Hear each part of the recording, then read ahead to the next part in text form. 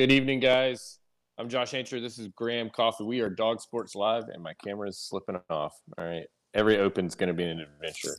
Graham has dug deep into the UGA play vault that we have here on Dog Sports Live, added a bunch of plays, and is ready to talk about Clemson's defense and how Georgia and Ty Bunkin is going to expose it. With that, Graham, talk us into this. Yeah, so obviously Georgia and Clemson opening up the season in Charlotte. That's the game on the mind of every Dog fan right now, and basically every college football fan as well. Could arguably be the game of the season.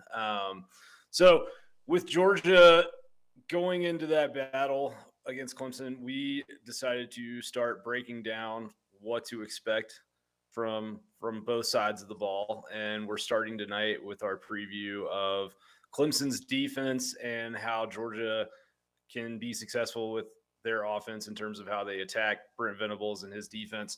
So we went back and looked mostly at Ohio State and their game against Clemson in the last year's college football playoff, and then also Notre Dame's win at home against Clemson last year, because those are the two teams that had the most success. Those are two teams that have similar blue chip ratios and talent to UGA. So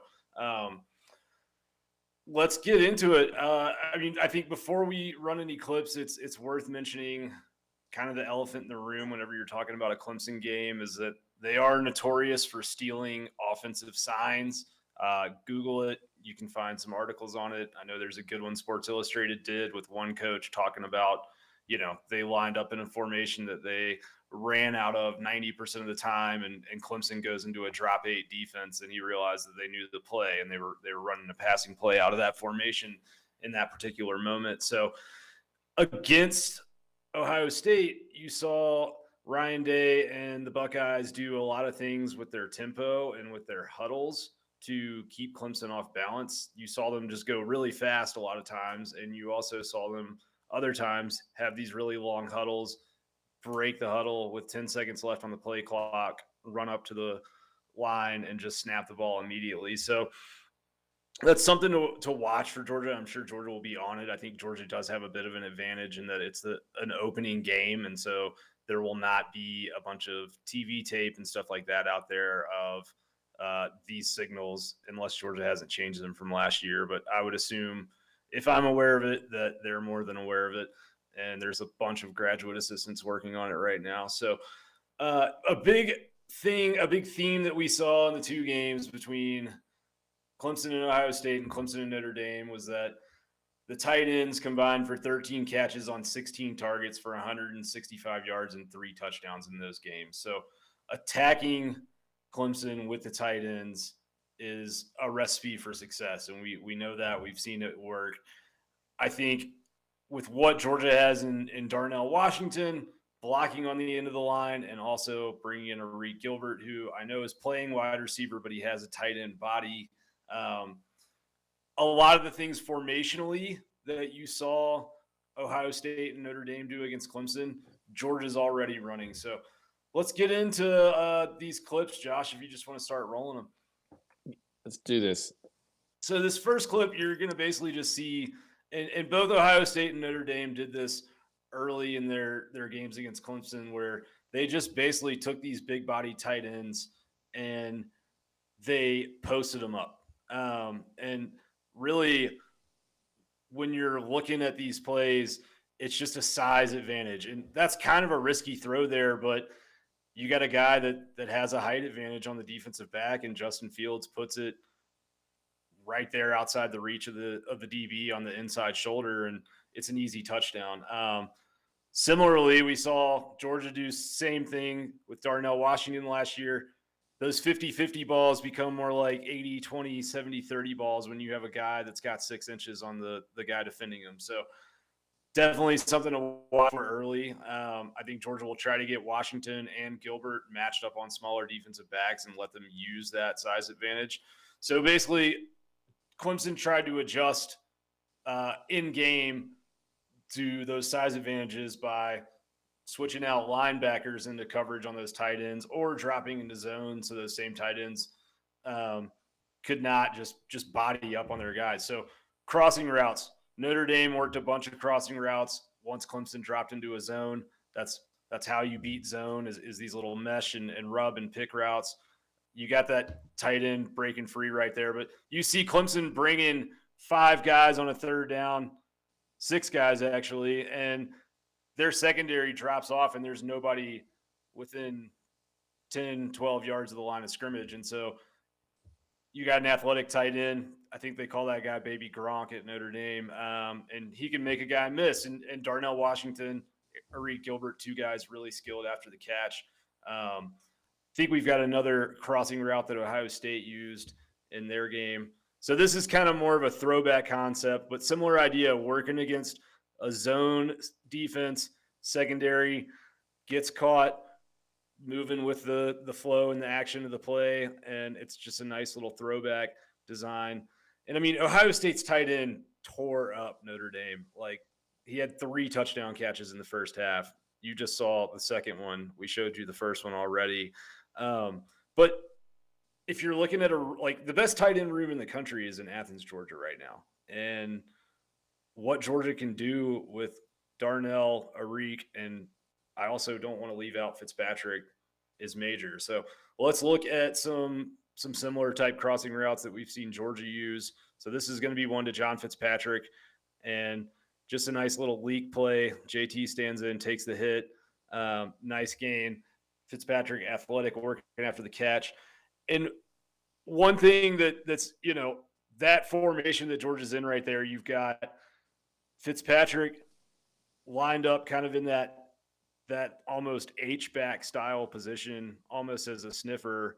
And then you've got Darnell staying in line to block there on the bottom. So that formation, when you go back and watch the CFP semifinal from last year or Clemson's game against Notre Dame, you see it a ton, and it's already and Milton takes off there and probably drags that underneath defender there as that opens it up right there for Fitzpatrick. Am I wrong? No, you're not wrong at all. Yeah, 100%. Yeah, I mean, see him just take off through there, and that just cleared it out. It was a heck of a play there. That was a scoring drive that got us back into the game against Cincinnati. Yeah, and one thing about that play too is like you see Cincinnati bringing guys on the blitz, bringing extra rushers, and that is the Brent Venables style. And we'll get into this a little bit more, but like you're going to see in a lot of these clips that we show you of Clemson, they're going to bring 5, 6, 7 guys at times.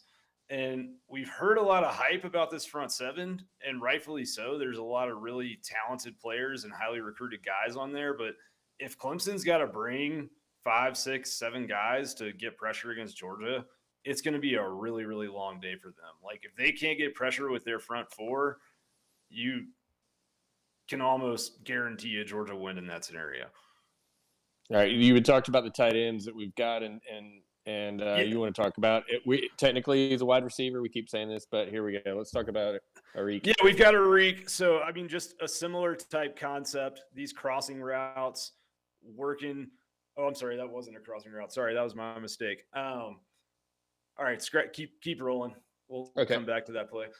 I think I have it in there twice. But yeah, so the other thing that we saw once the Clemson defense dropped into these zones was, you've got these crossing routes, but you also saw Ohio State's tight ends work these little option routes. And so just finding that hole between the linebackers and the safeties, slowing down, sitting in there, taking some time.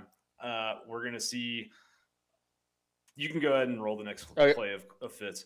We're going to see a similar type play from Fitzpatrick there. And we've talked about this a lot on the show. If you're a longtime watcher or listener of Dog Sports Live, you know Todd Monken runs a option route-based passing game. And a lot of this is read-based, and it's based on receivers and quarterback being on the same page and finding space and sitting down in it and finding windows. And Fitzpatrick's a guy that's not utilized a ton, but he's very good at making those reads, especially on those kind of 6 to 12-yard plays. And he just sits down there, uses the big body. That's a nice 3rd and long conversion. We're going to see Darnell here run a play almost identical to what Ohio State did in that clip. So he just shrugs past the linebackers, slows down, sits down in space before he hits those safeties. JT Daniels hits him with an easy ball. Really, really kind of bread and butter stuff for that Todd Monken offense. And what's exciting if you're a Georgia fan is, Georgia's not installing a bunch of stuff that they don't already run and that they don't have experience with. They can come into this game and run their packages and run the offense that they have been running since Monken came to Athens last offseason and be very, very successful in this game. So, yeah, let's go to that next clip.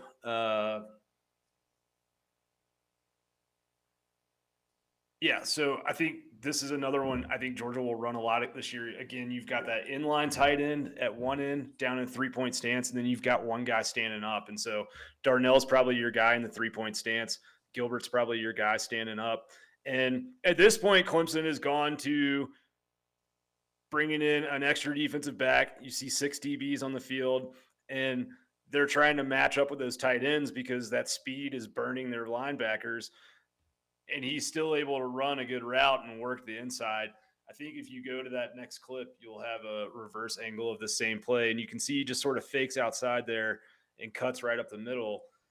And this is going to look familiar to stuff that we've seen from Georgia last year. If you want to go to – and you can just play these next 3 kind of in a row. So we've got McKitty on a seam route here off play action. Boom, right there. Similar type concept. Again, finding that space between linebackers and defensive backs. We've got Arik Gilbert just shooting out like a rocket, beating a defensive back with his speed and his size.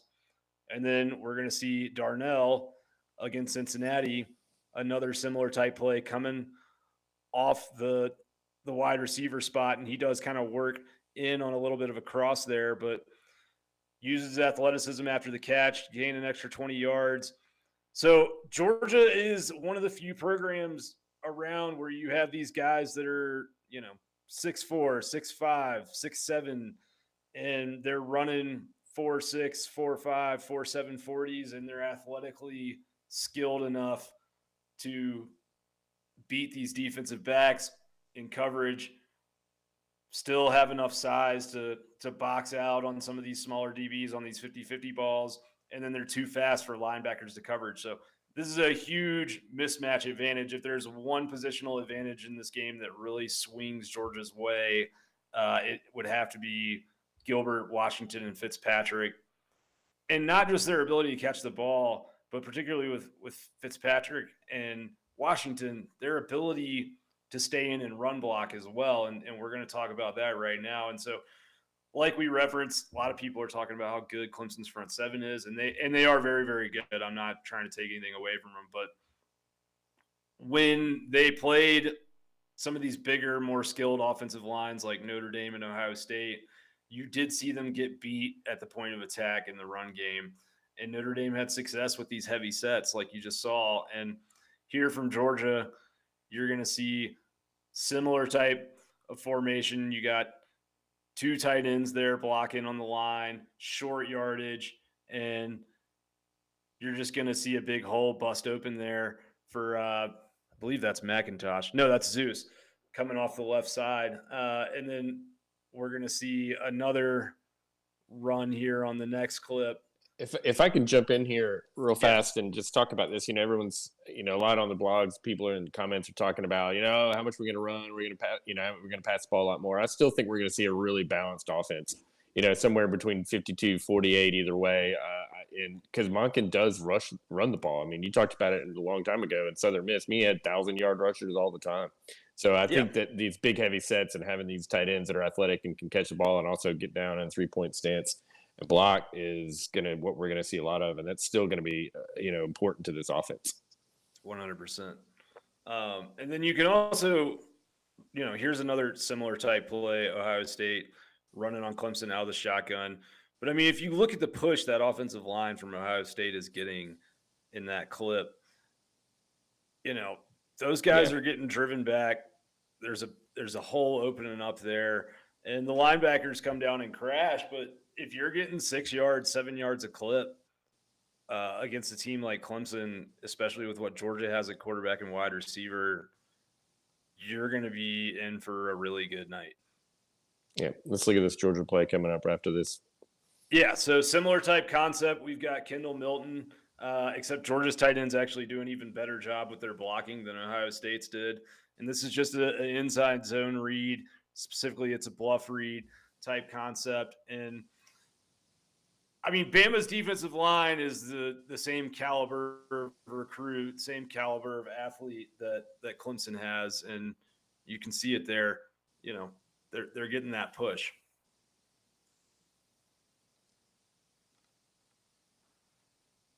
So here we've got, again, you know, these kind of gashes, like, and another thing I notice a lot in this is Clemson's linebackers don't tackle particularly well. At least in these two games they didn't. And I mean, like, these are just big holes and type of runs where you're not having to make a guy miss until you're 15, 20 yards downfield. I think that if Ohio State and Notre Dame can do things like that to Clemson, that Georgia can do similar things. And this wasn't all day, right? Like, Clemson had plenty of plays where they, you know, blocked guys out, but still. We get into this Florida play? Yeah, so we got an inside zone read here again. And I mean, all these are inside zone reads, and if you just want to, you know, keep playing these, you see Georgia knows how to do this. This is bread and butter for UGA. You're going to see Notre Dame, similar type concept, inside zone read, gashing Clemson up the middle, right, coming right over the center, basically right between the center and the guard. Inside, big hole. There's Cook, the guy that no one says can run between the tackles, just gashing him for 10 yards. I know. Funny how that works, huh? Yeah. So the next thing we've got here is both Ohio State and Notre Dame busted these big runs off left tackle early in the game. That was a really nice long one. And I mean, that's a nice big hole that Sermon is running through there. And then you've got Notre Dame, I believe, first or second snap of the game, boom, and he's gone. And then obviously we remember Georgia against Florida, moving those tight ends out to the left, getting those blockers around, and they get a seal here and a seal there, and you got an alley, and all of a sudden Zeus is running untouched for 75 yards. So before we get into third downs, we do have some exciting news here on Dog Sports Live, and that is that Home Field Apparel is going to be releasing their new Georgia collection on Saturday at noon Eastern. They've been doing Big Noon Saturday. This is the second year in a row of it, and it's a 16-week campaign of brand new schools. And the Georgia collection is going to have 13 pieces of apparel. We've seen it. It's awesome. Yeah, pretty exciting. Yeah, I mean, there's some stuff in there that's uniquely UGA. I'll put it that way. But very, very much far and away the best looking, like, vintage UGA collection that I've ever seen, and that's something that I've spent a lot of time Googling and looking for over the years. So I'm super excited about it. I have owned Home Field products before. Their stuff is so comfortable and good looking that I did buy a Colorado School of Mines t-shirt, and it is awesome. Highly recommend that one after you buy your UGA stuff. But yeah, it's pretty exciting to be a part of it. I mean, and we've been scrolling the discount code there on the bottom of the screen, but please, on Saturday at noon when the stuff kicks off, use code DOGSPORTS, one word, and to get 15% off that stuff that you guys have been waiting for. So we're excited to be a part of this launch, and I think it's awesome. So thanks to those guys, and get on it and save 15%.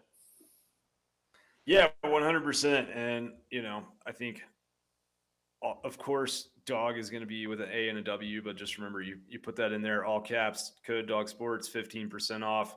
Home Field Apparel, best stuff out there. Not only are the designs awesome, but their fabrics are super soft, super comfortable. They fit really well. They look very good.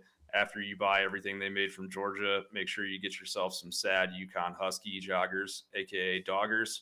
and kick back and get ready for Georgia and Clemson on Labor Day weekend. Yeah, buddy. So we're going to keep digging into these plays, and you wanted to talk about third down. So rolling back into it.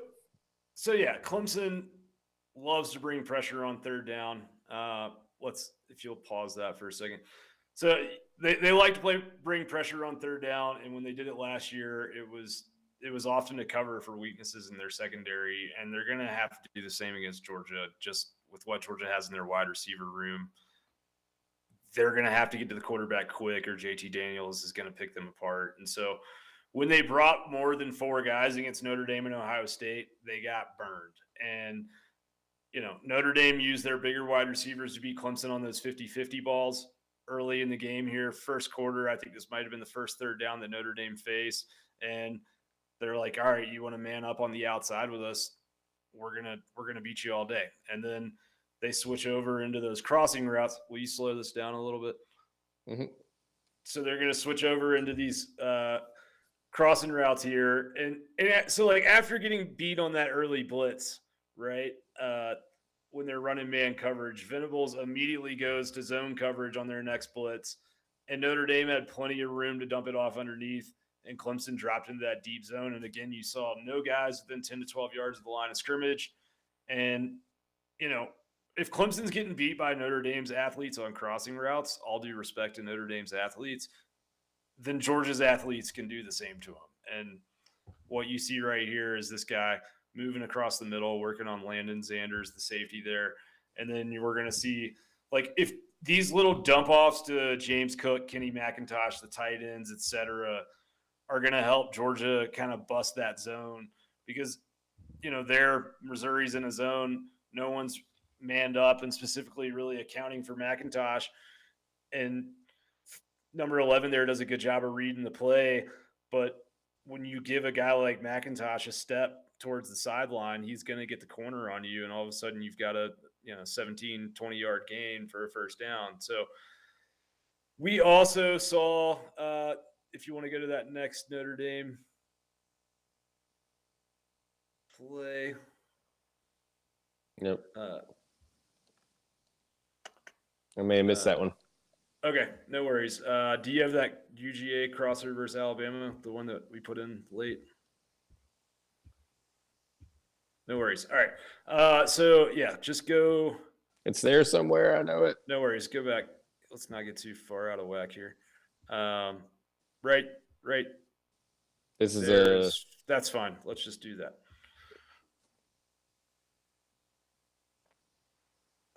Don't remember what this is. Oh, yeah. So, again, talking about Cook, just a little angle route, getting these running backs matched up on these linebackers and taking advantage of that space. And all of that stuff happens when you hit those downfield shots early. And I look for Georgia to do that in this game and, take advantage of some of those size matchups, throw those 50-50 balls to Arik, to Darnell, to guys like Justin Robinson that are 6'4", that people are probably not thinking about quite yet.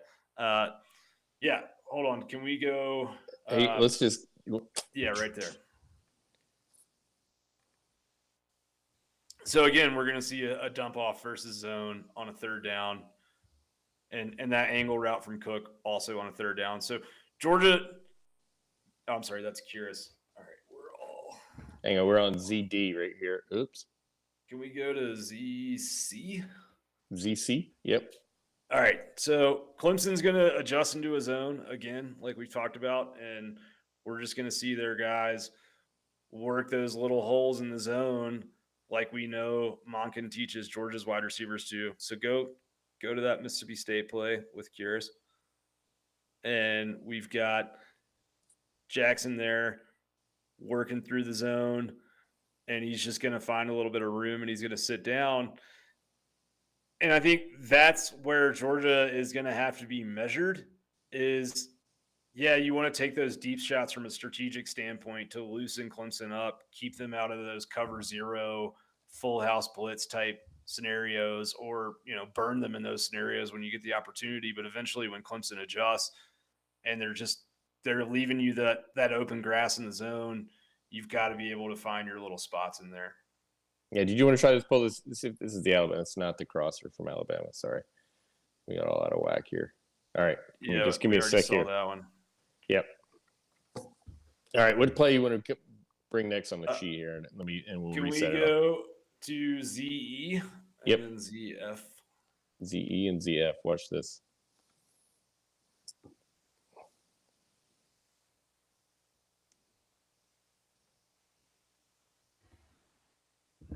Yeah, so you see Ohio State there working those little concepts and just finding those holes in the secondary. And, you saw some highlight plays and some long bombs from Fields, but a lot of what they did well was more that kind of stuff, those chain moving plays. And that's how efficient offense works.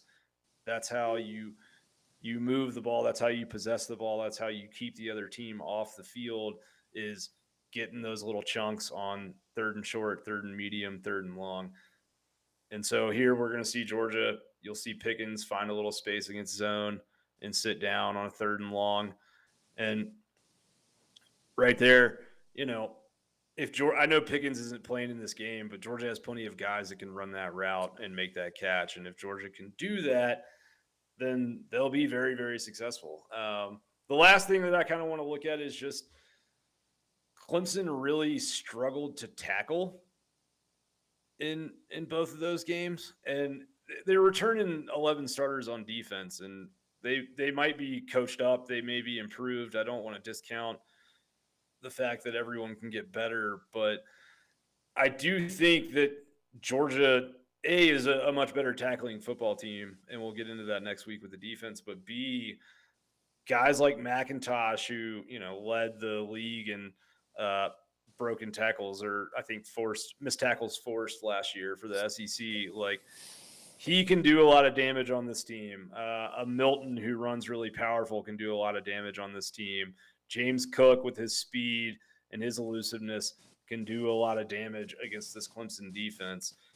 So Landon Sanders, 36 for Clemson, their safety, was a guy that I noticed got picked on a lot by both Ohio State and Notre Dame, and be something to watch. And then that last play you saw right there. So that's just an interesting little comeback route that Ohio State threw, rolling the pocket out and taking advantage of the angles. And red zone is what this game is going to come down to, right? Georgia will have to be able to win and get touchdowns instead of field goals when they get into the red zone. And everything gets harder down there. There's less space and everything tightens up. And you saw Ohio State kind of work the sidelines and use some of those comeback routes and move guys and roll the pocket. And this is just showing you that Georgia knows how to do that. And, that's in the playbook. Those are throws that JT Daniels is comfortable making. He was comfortable making it in his first game action. And, a year and a half last year, he'll be comfortable making it after a full off season of 7-on-7.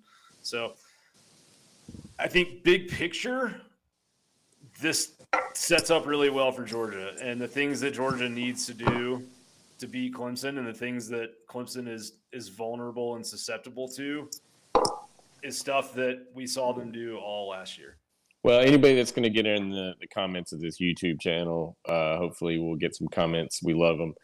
And we really do, actually. It's been pretty cool to have some opposing fan bases watch our previews. I imagine some Clemson fans are going to get in there and say, oh, you only did that against Missouri, South Carolina, and Cincinnati is a group of 5 squad. Well, Mississippi State was a pretty good defense coming in that game. Missouri was banged up, but that was still a pretty good defense. South Carolina was not, let's be real. But we ran the ball down their throats. We did exactly what we needed to. It wasn't like we threw the ball over the field.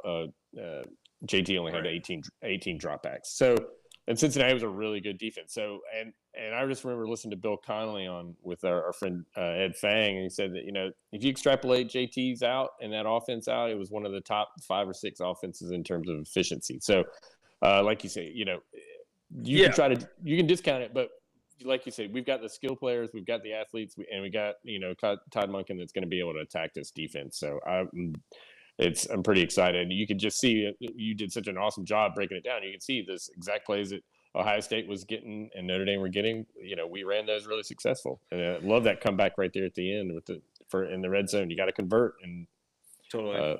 I think that's what this game is probably going to come down to, truthfully. I think both teams can move the ball. I know Georgia will move the ball between the 20s.